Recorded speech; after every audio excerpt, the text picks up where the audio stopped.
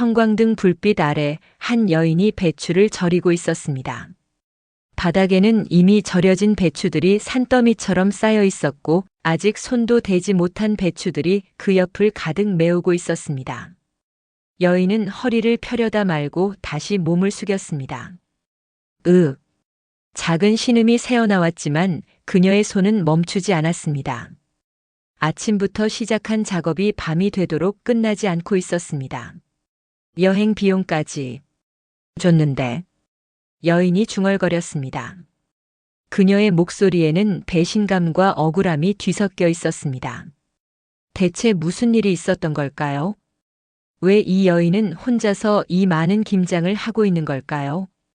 그리고 여행 비용이란 무엇을 의미하는 걸까요? 이 놀라운 이야기가 궁금하시다면 구독 버튼을 눌러주세요. 평범해 보이는 일상 속에 숨겨진 이야기를 매일 전해드립니다.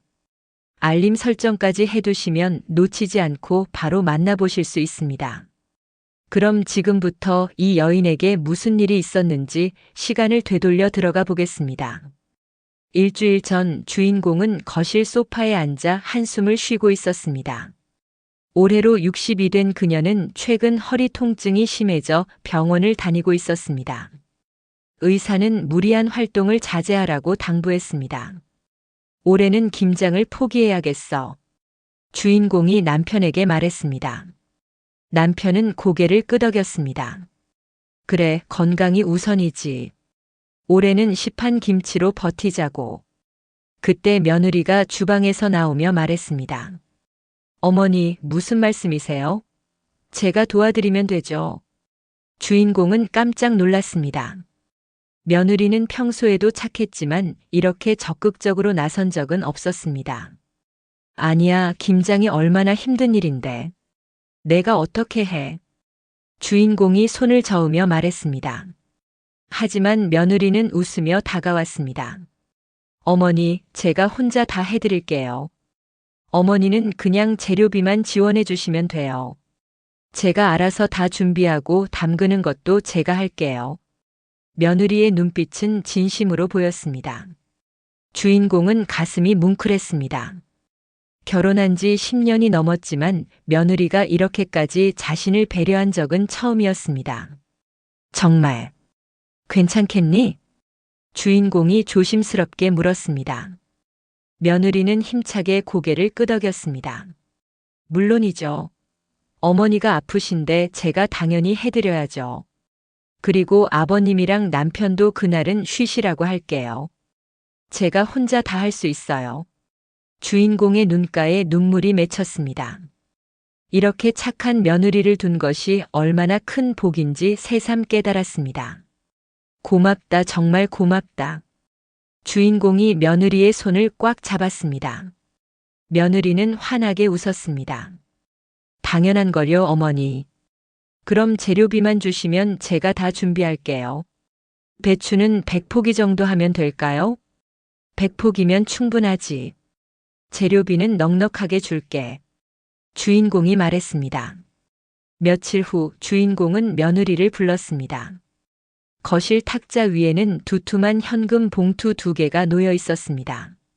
이게 뭐예요? 며느리가 물었습니다. 주인공은 따뜻한 미소를 지었습니다.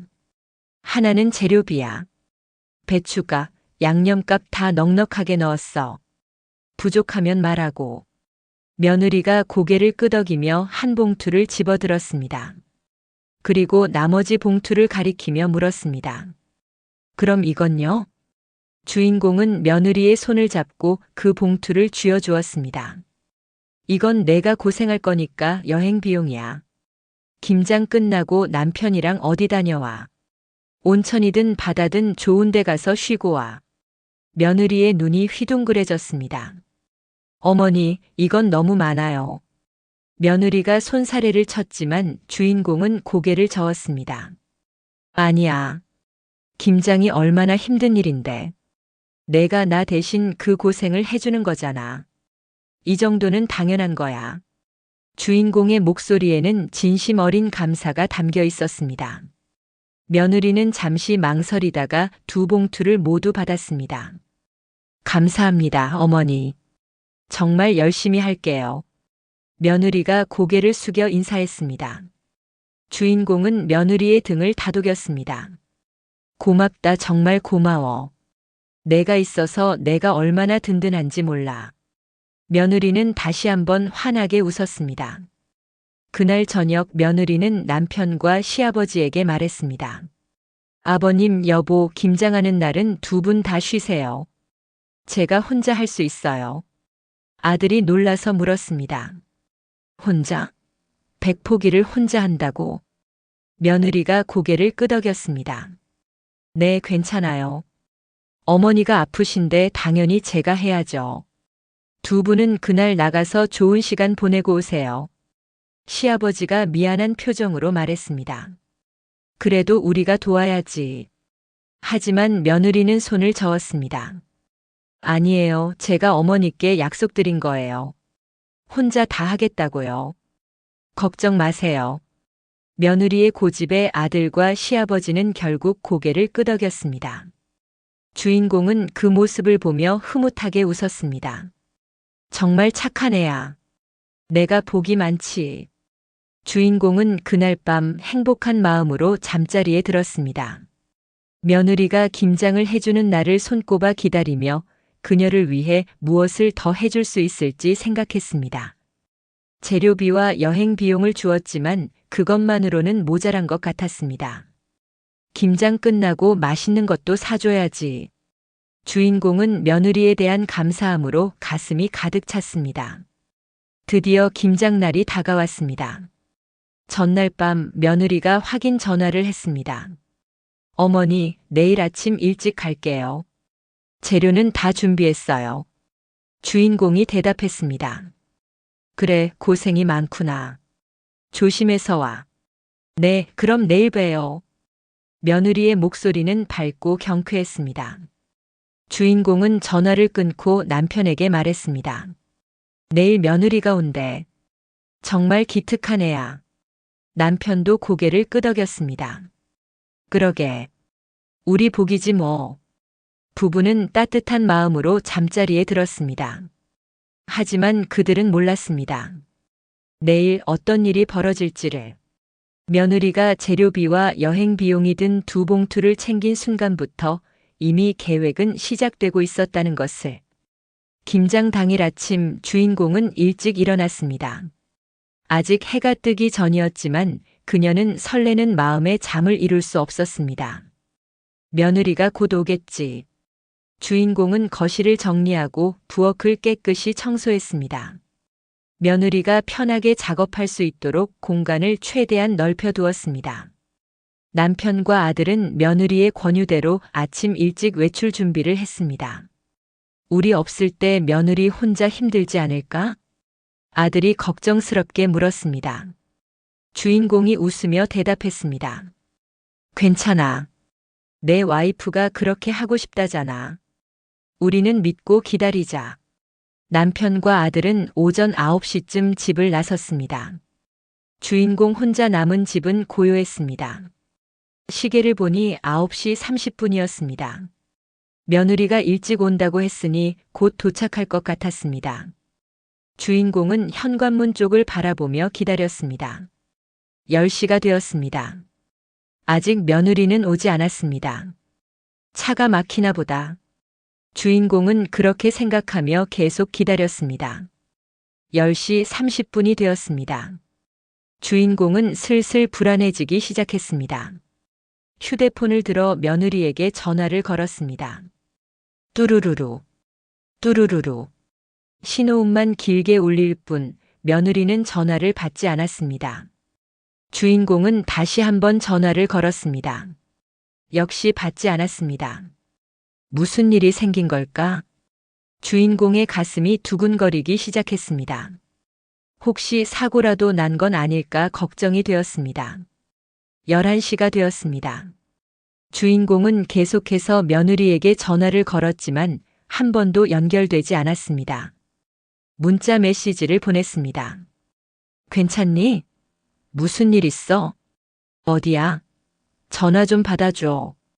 걱정된다. 연락 좀 해줘. 하지만 문자에도 아무런 답이 없었습니다. 주인공은 아들에게 전화를 걸었습니다. 아들아, 내 와이프한테 연락 좀 해봐. 전화를 안 받네. 아들이 놀라며 물었습니다. 네? 아직 안 왔어요? 응, 아직. 전화도 안 받고. 아들이 며느리에게 전화를 걸었지만 역시 받지 않았습니다. 어머니, 저도 안 받네요. 제가 계속 연락해 볼게요. 주인공은 불안한 마음으로 전화를 끊었습니다. 정오가 되었습니다. 주인공은 주방으로 가서 냉장고를 열었습니다. 며느리가 준비했다던 재료들이 어제 저녁 배송으로 도착해 있었습니다.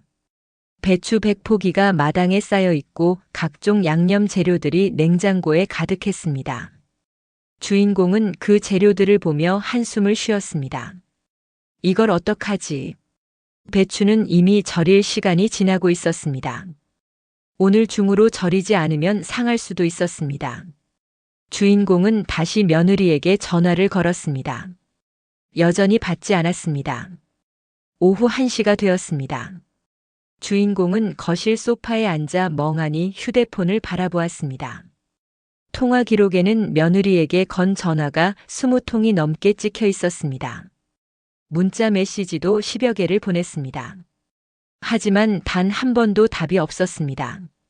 설마. 주인공의 머릿속에 불길한 생각이 스쳤습니다. 설마 일부러 안 오는 건 아니겠지? 하지만 곧 그 생각을 지웠습니다. 며느리가 그럴 리 없다고 분명 무슨 사정이 있을 거라고 스스로를 다독였습니다. 오후 2시가 되었습니다. 주인공은 마당으로 나가 배추를 바라보았습니다. 햇볕 아래 쌓인 배추들이 조금씩 시들어가고 있었습니다. 이대로 두면 안 되는데. 주인공은 허리를 짚으며 한숨을 쉬었습니다. 병원에서는 무리하지 말라고 했지만 이 많은 재료를 그냥 버릴 수는 없었습니다.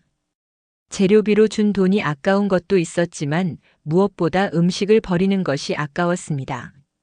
조금만 해볼까? 주인공은 배추 몇 포기를 들고 부엌으로 들어갔습니다. 그리고 큰 대야에 물을 받아 소금을 풀기 시작했습니다. 허리가 아팠지만 참을만 했습니다. 며느리가 오면 같이 하면 되지. 주인공은 그렇게 생각하며 배추를 절이기 시작했습니다. 하지만 시간이 지나도 며느리는 오지 않았습니다. 오후 3시, 4시, 5시. 주인공은 계속해서 배추를 절였습니다.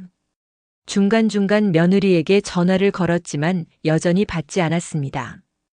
해가 저물기 시작했습니다. 주인공은 이제 확신했습니다. 며느리는 일부러 오지 않는 것이라고. 사고가 났다면 아들이라도 연락을 받았을 것입니다. 하지만 아들도 며느리와 연락이 되지 않는다고 했습니다. 재료비, 여행 비용. 주인공의 머릿속에 며느리에게 건넸던 2개의 현금 봉투가 떠올랐습니다. 재료비만 해도 적지 않은 금액이었습니다. 거기에 여행 비용까지 넉넉하게 주었습니다. 설마 돈만 받고. 주인공은 그 생각을 하는 순간 온몸에 소름이 돋았습니다. 며느리가 처음부터 돈을 받을 생각으로 김장을 해주겠다고 한 것은 아닐까? 재료비와 여행 비용을 챙긴 순간부터 이미 올 생각이 없었던 것은 아닐까? 주인공은 무릎에 힘이 풀려 주저앉았습니다. 배신감이 온몸을 휘감았습니다. 내가 이용당한 거야? 주인공의 눈에서 눈물이 흘러내렸습니다. 며느리를 믿고 의지했던 자신이 한없이 바보 같았습니다. 재료비를 준 것도 모자라 여행 비용까지 챙겨준 자신이 너무나 어리석었습니다. 주인공은 한참 동안 바닥에 주저앉아 울었습니다. 하지만 눈물을 흘린다고 해서 상황이 나아지는 것은 아니었습니다. 마당에는 여전히 배추가 쌓여 있었고 냉장고에는 재료들이 가득했습니다. 주인공은 눈물을 닦고 천천히 일어섰습니다. 허리가 욱신거렸지만 꾹 참았습니다. 이대로 둘 수는 없어. 주인공은 다시 배추를 들고 부엌으로 들어갔습니다. 며느리가 오지 않는다면 혼자라도 해야 했습니다. 그렇게 하지 않으면 재료비로 준 돈이 모두 물거품이 되는 것이었습니다. 주인공은 이를 악물고 배추를 절이기 시작했습니다. 한 포기, 두 포기. 숫자를 세다 보니 어느새 해가 완전히 저물었습니다. 형광등을 켜고 계속해서 작업했습니다. 휴대폰은 더 이상 보지 않았습니다. 어차피 며느리는 오지 않을 것이었습니다. 주인공은 그저 묵묵히 배추를 절였습니다. 허리는 비명을 지르고 손은 부들부들 떨렸지만 멈출 수 없었습니다. 돈을 버릴 수는 없어. 주인공의 입술에서 중얼거림이 흘러나왔습니다. 재료비도 아깝고 여행 비용도 아까웠지만 무엇보다 자신의 순수한 마음이 짓밟힌 것이 억울했습니다. 밤은 깊어갔지만 주인공의 고된 노동은 계속되었습니다. 밤 10시가 넘었습니다. 주인공은 여전히 부엌에서 배추를 절이고 있었습니다. 형광등 불빛 아래 그녀의 그림자가 길게 늘어져 있었습니다. 이미 절인 배추가 30포기를 넘었지만 아직 절반도 채 끝나지 않았습니다. 주인공의 허리는 이제 펴지지도 않았습니다. 몸을 숙일 때마다 날카로운 통증이 척추를 타고 올라왔습니다. 신음소리가 절로 나왔지만 손은 멈추지 않았습니다. 배추 한 포기를 들어 올릴 때마다 팔이 후들거렸습니다. 평소 같았으면 가볍게 느껴졌을 배추가 이제는 돌덩이처럼 무겁게 느껴졌습니다. 주인공은 잠시 허리를 펴려고 시도했습니다. 하지만 몸이 말을 듣지 않았습니다. 억지로 허리를 펴는 순간 등뼈에서 뚝 하는 소리가 났습니다. 주인공은 벽을 짚고 간신히 몸을 지탱했습니다. 숨을 크게 들이마시고 다시 배추 앞으로 돌아갔습니다. 조금만 더. 하지만 끝은 보이지 않았습니다. 주인공은 물을 한 컵 마시고 다시 작업을 시작했습니다. 배추에 소금을 뿌리고 한 겹 한 겹 정성스럽게 절이는 작업. 평소라면 며느리와 함께 수다를 떨며 즐겁게 할 수 있었을 일이었습니다. 하지만 지금은 그저 고통스러운 노동일 뿐이었습니다. 주인공의 머릿속에는 계속해서 같은 생각이 맴돌았습니다. 여행 비용까지 줬는데 재료비만 줬다면 이렇게까지 억울하지는 않았을 것입니다. 하지만 며느리가 고생할까봐 쉬었다 오라고 따로 챙겨준 여행 비용. 그 돈까지 챙긴 며느리의 모습이 자꾸만 떠올랐습니다. 그때 그 표정은 진짜였을까? 며느리가 돈 봉투를 받으며 감사하다고 했던 말. 그 미소는 진심이었을까 아니면 연기였을까? 주인공은 자신이 너무나 순진했다는 생각에 눈물이 났습니다. 자정이 넘었습니다. 주인공은 절인 배추를 헹구기 시작했습니다. 차가운 물에 손을 담그니 손가락 끝이 저렸습니다. 겨울철 찬물에 손을 담그고 배추를 씻는 것은 고역 중의 고역이었습니다. 하지만 이것도 해내야 했습니다. 배추를 헹구고 물기를 빼고 양념을 준비하는 과정. 모든 것을 혼자 해야 했습니다. 주인공의 손은 이미 퉁퉁 부어올랐습니다. 찬물과 소금기 때문에 피부가 갈라지고 손톱 밑이 빨갛게 충혈되었습니다. 그래도 멈출 수 없었습니다.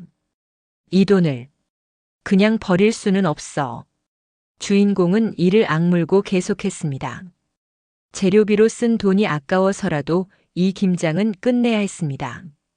며느리에게 준 돈을 돌려받을 수는 없지만 적어도 재료만큼은 김치로 만들어야 했습니다. 그렇지 않으면 모든 것이 물거품이 되는 것이었습니다. 새벽 2시가 되었습니다. 주인공은 이제 양념을 버무리기 시작했습니다. 고춧가루, 젓갈, 마늘, 생강, 파. 모든 재료를 섞어 빨간 양념을 만들었습니다. 양념 냄새가 코를 찔렀지만 이제는 아무 느낌도 없었습니다. 그저 기계처럼 손을 움직일 뿐이었습니다. 배추 한 포기를 집어들고 양념을 바르기 시작했습니다. 한 겹 한 겹 정성스럽게 양념을 펴발랐습니다. 이 작업이 가장 힘들었습니다. 허리를 계속 숙인 채로 세밀한 작업을 해야 했기 때문입니다. 주인공의 등에서 땀이 흘러내렸습니다. 추운 겨울이었지만 고된 노동으로 온몸이 뜨거웠습니다. 옷은 이미 땀으로 흠뻑 젖어 있었습니다. 왜 이래야 하지? 주인공의 마음속에서 원망이 솟아올랐습니다. 며느리를 원망하고 상황을 원망하고 자기 자신을 원망했습니다. 왜 그렇게 쉽게 믿었을까? 왜 재료비만 주지 않고 여행 비용까지 줬을까? 왜 이렇게 바보같이 당했을까? 하지만 후회해도 소용없었습니다. 이미 벌어진 일이었고 되돌릴 수도 없었습니다. 새벽 4시가 되었습니다. 주인공은 여전히 김장을 하고 있었습니다. 이제 배추 70포기를 넘어섰습니다. 하지만 아직 30포기가 남아 있었습니다. 주인공의 몸은 이미 한계에 도달했습니다. 허리는 완전히 굳어버렸고 손은 감각이 없었습니다. 다리는 후들거려 제대로 서 있을 수조차 없었습니다. 주인공은 바닥에 주저앉았습니다. 잠시라도 쉬어야 할 것 같았습니다. 하지만 앉는 순간 눈물이 터져 나왔습니다. 울음소리가 빈집안에 울려 퍼졌습니다. 억울했습니다. 너무나 억울했습니다. 며느리를 위해 극진하게 대했던 자신이 이렇게 처절하게 배신당한 것이 재료비도 아깝고 여행 비용도 아까웠지만 무엇보다 자신의 순수한 마음이 짓밟힌 것이 가장 아팠습니다. 주인공은 한참을 울었습니다. 하지만 눈물을 흘린다고 해서 상황이 나아지는 것은 아니었습니다. 여전히 배추는 남아 있었고 양념은 준비되어 있었습니다. 주인공은 눈물을 닦고 다시 일어섰습니다. 비틀거리는 걸음으로 배추 앞으로 다가갔습니다. 끝내야 해. 반드시. 주인공은 다시 배추를 집어들었습니다. 손이 떨렸지만 양념을 바르기 시작했습니다. 한 포기, 2포기. 시간이 얼마나 지났는지 알 수 없었습니다. 그저 배추를 바르고 통에 담고 다시 배추를 집어드는 일을 반복했습니다. 새벽 6시가 되었습니다. 창밖이 조금씩 밝아오고 있었습니다. 주인공은 마지막 배추를 통에 담았습니다. 100포기. 모두 끝났습니다. 주인공은 그 자리에 털썩 주저앉았습니다. 온몸에 힘이 하나도 남아있지 않았습니다. 허리는 완전히 굳어버렸고 손은 부어서 주먹도 쥘 수 없었습니다. 하지만 기묘하게도 마음속에는 분노가 타오르고 있었습니다. 이 고통을 반드시 알려줄 거야. 주인공은 며느리를 떠올렸습니다. 재료비와 여행 비용을 챙기고 유유히 사라진 며느리. 아픈 시어머니를 혼자 두고 연락조차 끊어버린 며느리. 그 며느리가 지금쯤 무엇을 하고 있을까? 여행이라도 가려고 준비하고 있을까? 아니면 돈을 세며 흐뭇해하고 있을까? 주인공의 두 주먹이 부들부들 떨렸습니다. 분노가 온몸을 휘감았습니다. 너는 반드시 대가를 치를 거야. 주인공은 그렇게 중얼거리며 천천히 일어섰습니다. 몸은 만신창이가 되었지만 마음속의 결심만큼은 단단했습니다. 이 고통을 잊지 않을 것입니다. 그리고 반드시 며느리에게 그 대가를 치르게 할 것입니다. 주인공은 김치통들을 바라보았습니다. 100포기의 김치가 빼곡히 담긴 통들. 이것은 이제 단순한 김치가 아니었습니다. 자신의 고통과 분노가 담긴 증거였습니다. 며느리가 자신에게 무엇을 했는지 그 증거였습니다. 주인공은 이를 악물었습니다. 곧 남편과 아들이 돌아올 것입니다. 그리고 며느리도 언젠가는 나타날 것입니다. 그때 반드시 이 모든 것을 밝힐 것입니다. 주인공은 천천히 거실로 걸어가 소파에 앉았습니다. 온몸이 비명을 지르고 있었지만 참았습니다. 창밖으로 해가 떠오르고 있었습니다. 긴 밤이 지나고 새로운 날이 시작되고 있었습니다. 하지만 주인공에게 이 새벽은 결코 평범한 아침이 아니었습니다.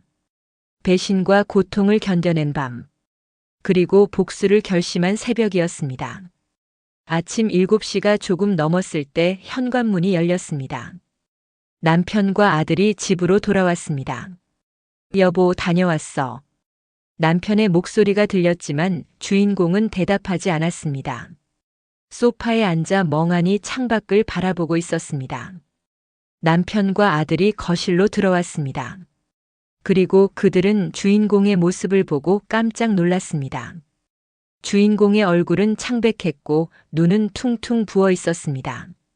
손은 빨갛게 부어올라 있었고 옷은 땀과 양념으로 얼룩져 있었습니다. 어머니, 아들이 다급하게 다가왔습니다. 무슨 일이세요? 왜 이렇게? 주인공은 천천히 아들을 바라보았습니다. 그리고 조용히 말했습니다. 김장, 다 끝났어. 남편과 아들은 서로를 바라보았습니다. 아들이 조심스럽게 물었습니다. 그럼, 와이프는요? 주인공은 쓴웃음을 지었습니다. 안 왔어. 한 번도. 네. 아들의 얼굴이 굳어졌습니다. 남편이 급하게 부엌으로 달려갔습니다. 그리고 그곳에서 100포기의 김치가 담긴 통들을 발견했습니다. 이걸 혼자 다 하셨어요? 남편의 목소리가 떨렸습니다. 주인공은 고개를 끄덕였습니다. 그럴 수밖에 없었어. 재료가 상하면 돈이 아까우니까. 아들이 급히 며느리에게 전화를 걸었습니다. 이번에는 연결이 되었습니다. 여보, 지금 어디야? 어머니가. 며느리의 목소리가 들렸습니다. 아들의 얼굴이 점점 굳어졌습니다. 뭐? 친구 만나느라 깜빡했다고. 지금 무슨 소리 하는 거야? 주인공은 그 말을 듣고 피식 웃었습니다. 깜빡했다고요. 재료비와 여행 비용을 챙긴 후에 깜빡했다고요. 아들이 전화를 끊고 주인공에게 다가왔습니다. 어머니, 죄송해요. 제가 잘못 봤어요. 아들의 눈에서 눈물이 흘러내렸습니다. 주인공은 조용히 말했습니다. 내 잘못이 아니야. 나를 탓해야지. 어머니, 내가 너무 순진했어. 사람을 너무 쉽게 믿었지. 주인공은 천천히 일어섰습니다. 온몸이 비명을 질렀지만 꾹 참았습니다. 그리고 부엌으로 걸어가 김치통들을 바라보았습니다. 남편과 아들이 뒤따라왔습니다. 주인공은 김치통을 가리키며 말했습니다. 이게 뭔지 알아? 이건 그냥 김치가 아니야. 주인공의 목소리가 떨렸습니다. 이건 내 고통이야. 내 배신감이야. 내 분노야. 남편이 주인공의 어깨를 감싸 안았습니다. 미안해. 내가 미안해. 하지만 주인공은 남편의 손을 뿌리쳤습니다. 미안하다고 해서 될 일이 아니야.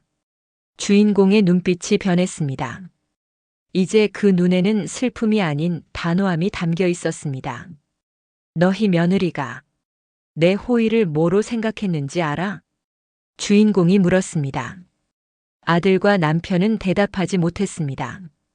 주인공은 계속해서 말했습니다. 난 그 애가 고생할까봐 걱정했어. 재료비만 줘도 되는데 여행 비용까지 챙겨줬어. 김장 끝나고 쉬었다 오라고.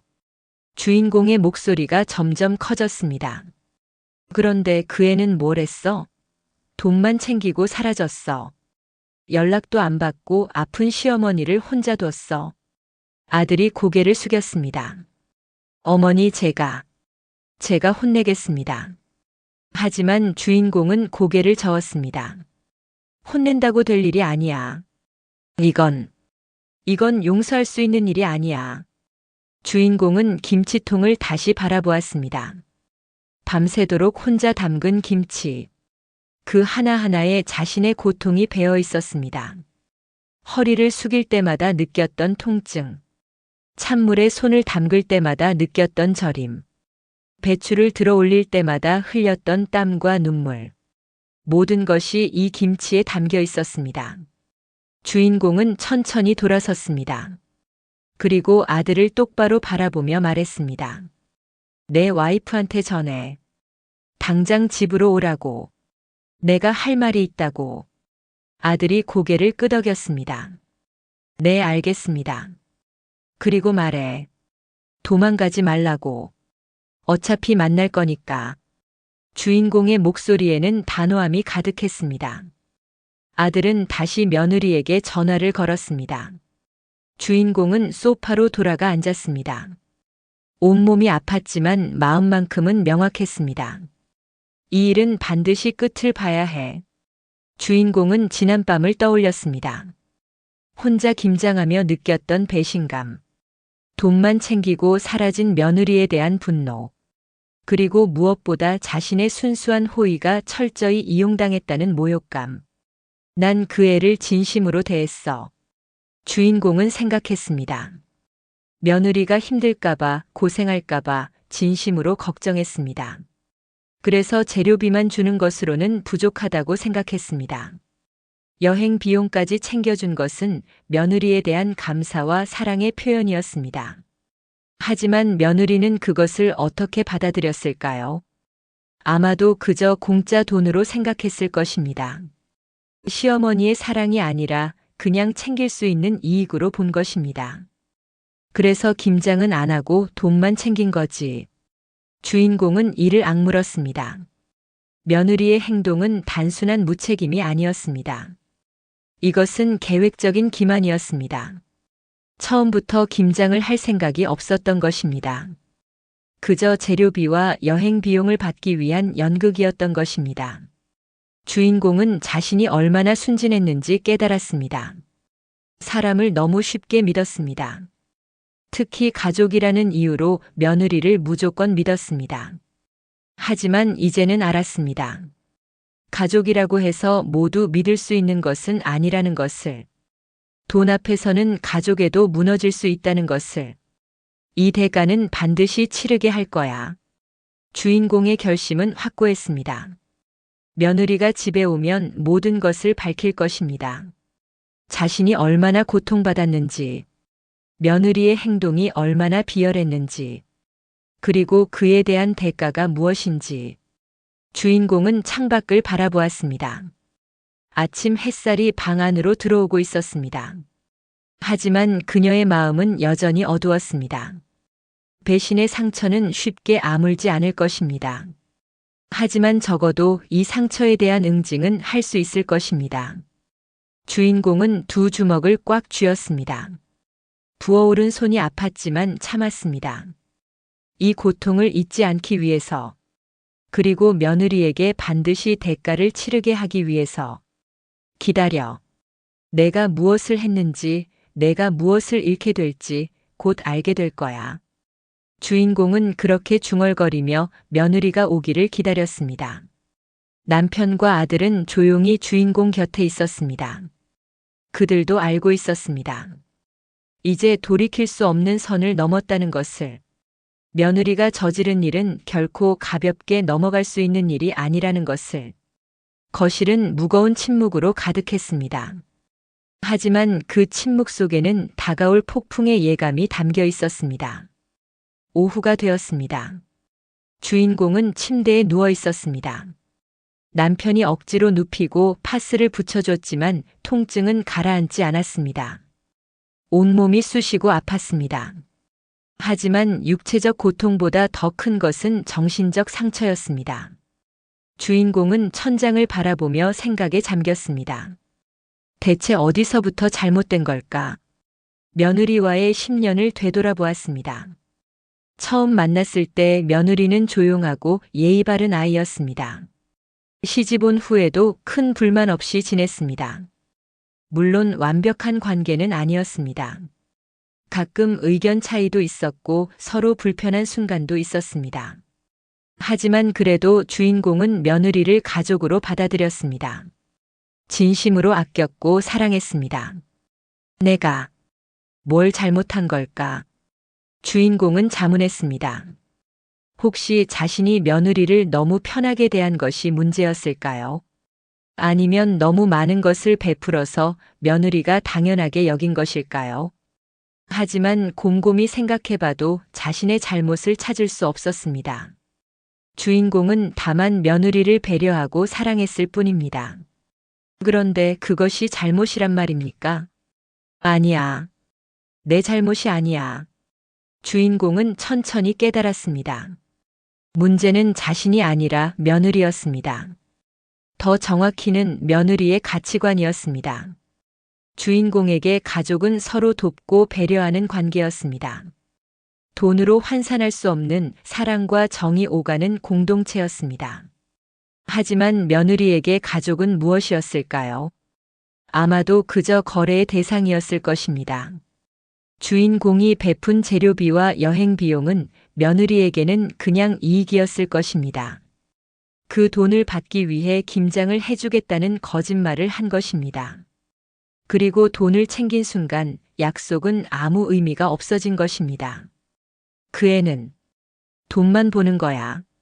주인공은 쓰라린 진실을 받아들였습니다. 며느리는 시어머니의 사랑을 사랑으로 받지 않았습니다. 그저 이용할 수 있는 자원으로 본 것입니다. 주인공이 아파서 김장을 못한다는 말을 들었을 때 며느리는 기회를 본 것입니다. 내가 해주겠다고 하면 재료비를 받을 수 있다는 것을, 그리고 조금만 더 연기하면 여행 비용까지 받을 수 있다는 것을. 실제로 며느리의 연기는 완벽했습니다. 주인공은 완전히 속았습니다. 며느리의 착한 며느리 연기에 진심으로 감동했습니다. 그래서 재료비만 주는 것으로는 부족하다고 느꼈습니다. 여행 비용까지 챙겨준 것은 순전히 며느리에 대한 감사와 사랑 때문이었습니다. 하지만 며느리에게 그것은 추가 수익일 뿐이었습니다. 얼마나 우습게 봤을까? 주인공은 며느리가 돈 봉투를 받으며 지었던 미소를 떠올렸습니다. 그때 그 미소는 진짜 감사가 아니었습니다. 돈을 손에 넣은 만족감이었을 것입니다. 주인공은 눈을 감았습니다. 눈물이 또 흘러내렸습니다. 억울했습니다. 자신의 순수한 마음이 돈으로 환산되어 버린 것이, 가족애와 배려라는 고귀한 가치가 재료비 더하기 여행 비용이라는 숫자로 계산된 것이, 이건 용서할 수 없어. 주인공의 마음속에서 확신이 굳어졌습니다. 이것은 단순한 실수나 무책임이 아니었습니다. 이것은 가치관의 근본적인 차이였습니다. 주인공과 며느리는 완전히 다른 세계에 살고 있었던 것입니다. 주인공은 사랑과 정을 믿는 세계에 살았습니다. 하지만 며느리는 돈과 이익을 최우선하는 세계에 살았습니다. 그 두 세계는 결코 만날 수 없었습니다. 그럼 이제 어떻게 해야 하지? 주인공은 생각했습니다. 며느리를 용서해야 할까요? 가족이니까 한 번쯤 기회를 줘야 할까요? 하지만 주인공의 마음은 이미 결정되어 있었습니다. 아니야. 이건 넘어갈 수 없어. 며느리가 한 행동은 주인공의 존엄을 짓밟은 것이었습니다. 시어머니로서의 존엄, 한 인간으로서의 존엄, 그리고 무엇보다 순수하게 사랑했던 사람으로서의 존엄. 이 모든 것이 돈으로 환산되어 며느리의 주머니로 들어간 것입니다. 이건 배신이야. 주인공은 명확히 규정했습니다. 며느리의 행동은 배신이었습니다. 가족에 대한 배신, 사랑에 대한 배신, 신뢰에 대한 배신, 그리고 이런 배신에는 반드시 대가가 따라야 했습니다. 주인공은 천천히 일어나 앉았습니다. 몸은 여전히 아팠지만 마음만큼은 명확했습니다. 거울을 보니 그곳에는 지친 여인이 서 있었습니다. 눈은 퉁퉁 부어 있었고 얼굴은 창백했습니다. 하지만 그 눈빛만큼은 흔들리지 않았습니다. 나는 더 이상 당하지 않을 거야. 주인공은 결심했습니다. 며느리에게 돈을 돌려받을 생각은 없었습니다. 그 돈은 이미 의미가 없었습니다. 주인공이 원하는 것은 돈이 아니었습니다. 주인공이 원하는 것은 정이었습니다. 며느리가 한 행동에 대한 정당한 대가. 그것은 돈으로 환산할 수 없는 것이었습니다. 내가 돈을 원했으니 돈은 가져가. 주인공은 생각했습니다. 하지만 그 대신 넌 다른 모든 것을 잃게 될 거야. 재료비와 여행 비용, 며느리는 그 돈을 손에 넣었습니다. 하지만 그 순간 며느리는 훨씬 더 큰 것을 잃게 될 것입니다. 가족으로서의 자격, 시어머니의 사랑, 그리고 이 집에서의 모든 권리. 주인공은 창밖을 바라보았습니다. 해가 서쪽으로 기울고 있었습니다. 곧 며느리가 올 것입니다. 그리고 그때 모든 것이 결정될 것입니다. 주인공은 옷을 갈아입고 거실로 나왔습니다. 남편과 아들이 불안한 표정으로 앉아 있었습니다. 주인공은 그들을 보며 조용히 말했습니다. 걱정하지 마. 난 괜찮아. 하지만 주인공의 목소리에는 이전과 다른 무언가가 담겨 있었습니다. 냉정함. 그리고 단호함. 남편과 아들은 그것을 느꼈습니다. 주인공이 변했다는 것을, 더 이상 예전의 부드럽고 인자한 시어머니가 아니라는 것을, 배신을 경험하고 고통을 견뎌낸 여인, 그리고 이제 정의를 실현하려는 여인. 주인공은 소파에 앉아 현관문을 바라보았습니다. 곧 그 문이 열릴 것입니다. 그리고 며느리가 들어올 것입니다. 주인공은 깊게 숨을 들이마셨습니다. 준비되었습니다. 마침내 응징의 시간이 다가오고 있었습니다. 저녁 6시가 조금 넘었을 때 현관문이 열렸습니다. 며느리가 들어왔습니다. 평소와 다름없는 표정이었습니다. 마치 아무 일도 없었다는 듯이. 다녀왔습니다. 며느리가 밝게 인사했습니다. 거실에는 주인공, 남편 그리고 아들이 앉아 있었습니다. 세 사람 모두 며느리를 바라보았습니다. 며느리는 그 시선을 느끼고 어색하게 웃었습니다. 왜 다들 그렇게 보세요? 주인공은 대답하지 않았습니다. 그저 며느리를 조용히 바라볼 뿐이었습니다. 아들이 먼저 입을 열었습니다. 어머니가 김장 다 하셨어. 혼자. 며느리의 얼굴이 순간 굳었습니다. 아, 그게. 며느리가 말을 더듬었습니다. 주인공이 천천히 일어섰습니다. 온몸이 아팠지만 꿋꿋이 섰습니다. 그리고 며느리를 똑바로 바라보며 말했습니다. 앉아. 주인공의 목소리는 차갑고 단호했습니다. 며느리는 주저하다가 소파에 앉았습니다. 주인공은 며느리 맞은편에 앉았습니다. 거실은 무거운 침묵으로 가득 찼습니다. 주인공이 입을 열었습니다. 너한테 물어볼게. 어제 어디 있었니? 며느리가 대답했습니다. 그게 친구를 만났는데 시간 가는 줄 몰랐어요. 정말 미안해요. 주인공은 피식 웃었습니다. 친구, 시간 가는 줄 몰랐다고. 네. 정말 죄송합니다. 며느리가 고개를 숙였습니다. 하지만 주인공은 고개를 저었습니다. 거짓말하지 마. 난 다 알아. 며느리가 고개를 들었습니다. 네. 주인공은 천천히 말했습니다. 넌 처음부터 올 생각이 없었어. 그렇지? 며느리의 얼굴이 창백해졌습니다. 아니에요, 어머니. 정말 깜빡. 깜빡? 주인공의 목소리가 높아졌습니다. 재료비 받고 여행 비용까지 받은 다음에 깜빡했다고. 거실이 조용해졌습니다. 주인공은 계속해서 말했습니다. 난 어제 너한테 20통 넘게 전화했어. 문자도 10여 개 보냈어. 그런데 한 번도 안 받았지? 며느리는 대답하지 못했습니다. 주인공이 더 가까이 다가갔습니다.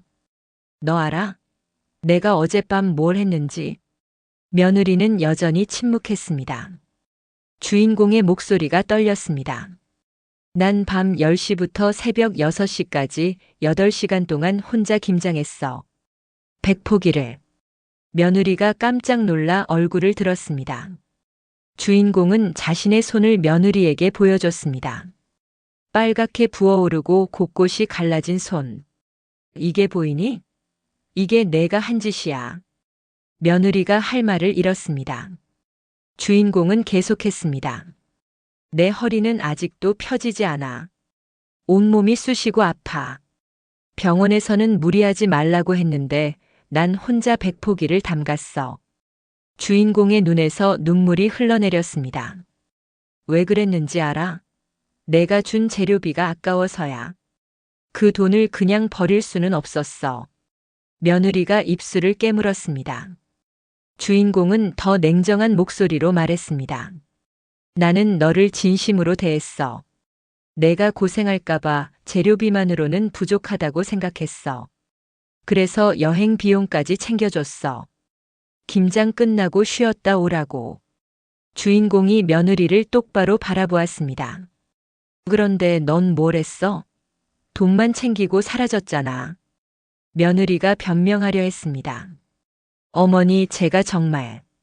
하지만 주인공은 손을 들어막았습니다. 말하지 마. 난 내 변명 듣고 싶지 않아.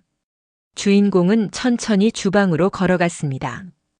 그리고 김치통 하나를 들고 돌아왔습니다. 며느리 앞에 내려놓으며 말했습니다. 이게 뭔지 알아? 며느리는 대답하지 못했습니다. 주인공이 말했습니다. 이건 그냥 김치가 아니야. 이건 내 고통이야. 내 눈물이야. 내 분노야. 주인공의 목소리가 점점 커졌습니다. 이 김치 하나하나에는 내가 느낀 배신감이 담겨 있어. 내가 나한테 한 짓이 고스란히 담겨 있어. 거실이 조용해졌습니다. 주인공은 깊게 숨을 들이마시고 천천히 말했습니다. 나는 결정했어. 며느리가 긴장한 표정으로 주인공을 바라보았습니다. 주인공이 말했습니다. 내가 받아간 돈, 재료비와 여행 비용. 그거 돌려받지 않을 거야. 며느리의 눈이 커졌습니다. 주인공은 계속했습니다. 그 돈은 내가 가져. 하지만 그건 내가 너한테 준 마지막 돈이야. 주인공의 눈빛이 차갑게 변했습니다. 그 돈은 이제부터 단절 비용이야. 너와 나 사이를 영원히 끊는 비용이지. 며느리가 입을 열려 했지만 주인공은 계속 말했습니다. 넌 돈을 원했고 돈을 받았어. 그러니까 이제 그 돈 가지고 내가 하고 싶은 거 해. 여행이든 뭐든. 주인공은 김치통을 가리켰습니다. 하지만 이 김치는 내가 절대 가질 수 없어. 단 한 포기도. 며느리가 놀라서 물었습니다. 어머니, 그게 무슨... 주인공이 단호하게 말했습니다. 이 김치는 내 돈으로, 내 고통으로 만든 거야. 넌 돈만 챙기고 아무것도 안 했잖아. 그러니까 이건 내 것이 아니야. 주인공은 며느리를 똑바로 바라보며 마지막 선언을 했습니다. 그리고 이 순간부터 넌 더 이상 내 며느리가 아니야. 거실에 충격이 흘렀습니다. 며느리가 황급히 말했습니다. 어머니, 그건 너무... 하지만 주인공은 고개를 저었습니다. 너무하다고? 내가 나한테 한 짓이 더 너무해. 주인공의 목소리는 흔들리지 않았습니다. 넌 내 사랑을 돈으로 환산했어. 내 배려를 재료비 더하기 여행 비용으로 계산했어. 그게 얼마나 비열한 짓인지 알아? 며느리는 고개를 숙였습니다. 주인공은 남편과 아들을 바라보았습니다. 여보, 그리고 아들. 내 결정을 존중해줘. 남편이 조용히 고개를 끄덕였습니다. 아들은 괴로운 표정이었지만 역시 고개를 끄덕였습니다. 주인공은 다시 며느리를 바라보았습니다. 넌 오늘부터 이 집에서 김치 먹을 자격이 없어. 명절에도 제사에도 어떤 가족 모임에도 내가 만든 음식은 내 입에 들어가지 않을 거야. 주인공은 천천히 말을 이었습니다. 그리고 나는 너를 며느리로 대하지 않을 거야. 우리 사이는 여기서 끝이야. 금전적으로도 정서적으로도. 며느리의 눈에서 눈물이 흘러내렸습니다. 하지만 주인공은 흔들리지 않았습니다. 넌 돈을 선택했어. 그러니까 이제 그 선택의 대가를 치러야지. 주인공은 김치통을 다시 주방으로 가져갔습니다. 그리고 돌아와서 말했습니다. 이 김치 100포기는 우리 가족 것이야. 남편, 아들, 그리고 나. 하지만 너는 아니야. 며느리가 울며 말했습니다. 어머니 제발 한 번만 용서해 주세요. 하지만 주인공은 고개를 저었습니다. 용서? 내가 내 고통을 알기나 해? 내가 내 눈물을 봤어? 내가 8시간 동안 혼자 김장하는 걸 봤어? 주인공의 목소리가 떨렸습니다. 넌 돈만 챙기고 편하게 친구 만났잖아. 그러면서 지금 용서를 바라는 거야? 며느리는 더 이상 말하지 못했습니다. 주인공은 마지막으로 말했습니다. 넌 내게서 돈을 얻었어. 재료비도 여행 비용도. 그게 내가 원한 거였으니까 가져. 하지만 그 대신 넌 모든 걸 잃었어. 주인공은 며느리를 차갑게 바라보았습니다. 가족으로서의 자격, 시어머니의 사랑, 이 집에서의 모든 권리, 그리고 무엇보다 너 자신의 품위. 며느리는 고개를 숙인 채 울고 있었습니다. 주인공은 자리에서 일어섰습니다. 이제 나는 쉬러 갈 거야. 너희들은 알아서 해. 주인공은 방으로 걸어갔습니다. 뒤돌아보지 않았습니다. 거실에는 무거운 침묵만이 남았습니다. 며느리는 계속 울고 있었고 아들은 어찌할 바를 몰랐습니다. 남편은 조용히 주인공의 방으로 갔습니다. 방에 들어가니 주인공이 침대에 앉아 있었습니다. 남편이 조심스럽게 다가가 주인공의 손을 잡았습니다. 당신, 괜찮소? 주인공은 고개를 끄덕였습니다. 응, 이제 괜찮아. 주인공의 목소리는 평온했습니다. 해야 할 말을 다 했어. 이제 후회 없어. 남편이 주인공의 어깨를 감싸 안았습니다. 수고했어. 정말 수고했어. 주인공은 남편의 품에 안겨 조용히 눈을 감았습니다. 비로소 편안함이 찾아왔습니다. 배신의 고통은 여전히 남아 있었지만 적어도 정의는 실현되었습니다. 며느리는 돈을 얻었지만 그보다 훨씬 더 큰 것을 잃었습니다. 그리고 주인공은 돈을 잃었지만 자신의 존엄을 지켰습니다. 창밖으로 밤이 깊어가고 있었습니다. 주인공의 긴 하루가 끝나가고 있었습니다. 고통스러웠지만 의미 있는 하루였습니다. 주인공은 이제 알았습니다. 진정한 가족은 돈으로 살 수 없다는 것을, 그리고 배신에는 반드시 대가가 따른다는 것을. 주인공은 깊은 잠에 빠져들었습니다. 내일은 새로운 날이 올 것입니다. 며느리 없이도 주인공의 삶은 계속될 것입니다. 아니, 어쩌면 더 나은 삶이 될지도 몰랐습니다.